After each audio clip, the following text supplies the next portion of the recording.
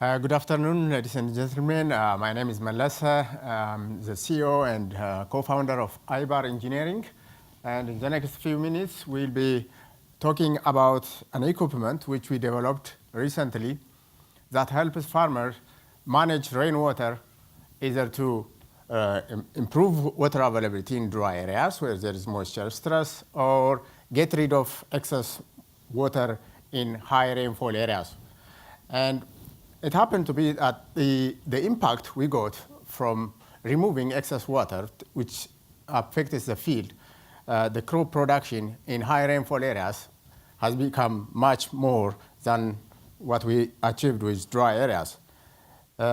So we are talking about vertisols, black soils, which are poor in filtration, so the rainwater remains stagnating on the surface, making the land unavailable for farming, or even when farmers try to cultivate, the yields are very low because of too much water.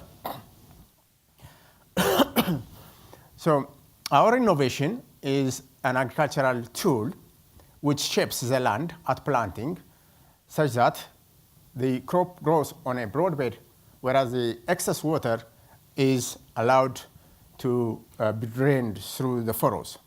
This equipment is very easy to use. It is a blend with the 2,000-year-old traditional implement of the farmers, and its cost is $16.50, whereas the benefit that farmers get from using this technology in waterlogged fields can be as high as $800 per hectare per year, whereas it can be used by several farmers and on several hectares and for several years. So the cost-benefit ratio is really convincing. So how did we develop this? Well, it's a long story. The different types of international and national research institutes invested millions of dollars to develop an equipment that can alleviate this problem since 1984. And after 25 years, there was a conclusion that it is not possible to develop this type of implement because the older versions were not accepted by farmers. So we succeeded. We came up with a solution. Aybar BBM was a solution. Farmers liked it very much. And in fact, above all the awards we got national award in Ethiopia. We won African Innovation Prize in 2014. But the big award, a single sentence award we got from farmers, is nicknaming the technology Yet Nabbark. Yet Nabbark in Amharic means, where have you been? Farmers have been suffering a lot with this waterlogging problem, so Aybar BBM solved that problem.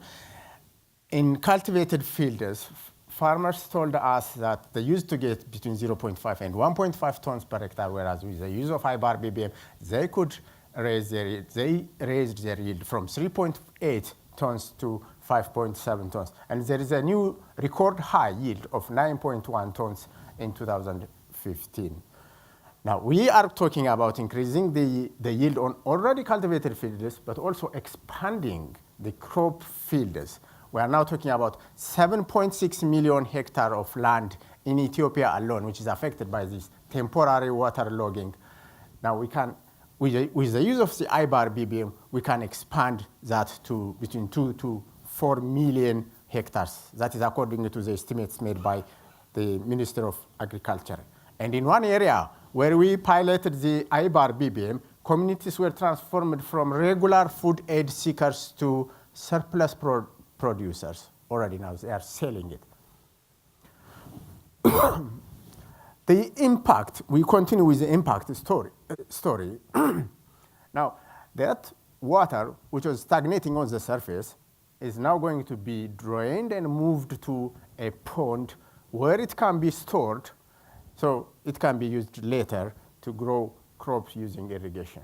So this same water that would have created a problem, that would have made the land unavailable for farming, is now removed using this technology, and not only it's being removed, but it can be used later. So it's a double-edged effect, reversing the negative impact of excess water. The other impact is, of course, mass production of the Aybar BBM creates additional jobs. In terms of environmental impact, we are talking about reducing methane production and emission with waterlogged fields. And methane, as you know, is more than 21 times more potent than carbon dioxide in terms of greenhouse gas. And also, we also reduce soil erosion with the use of Aybar BBM. Now, we have been operating in a small workshop. Some people were not very satisfied with our manufacturing capacity. We want to expand that. We want to improve our manufacturing capacity. We need investment. We need money.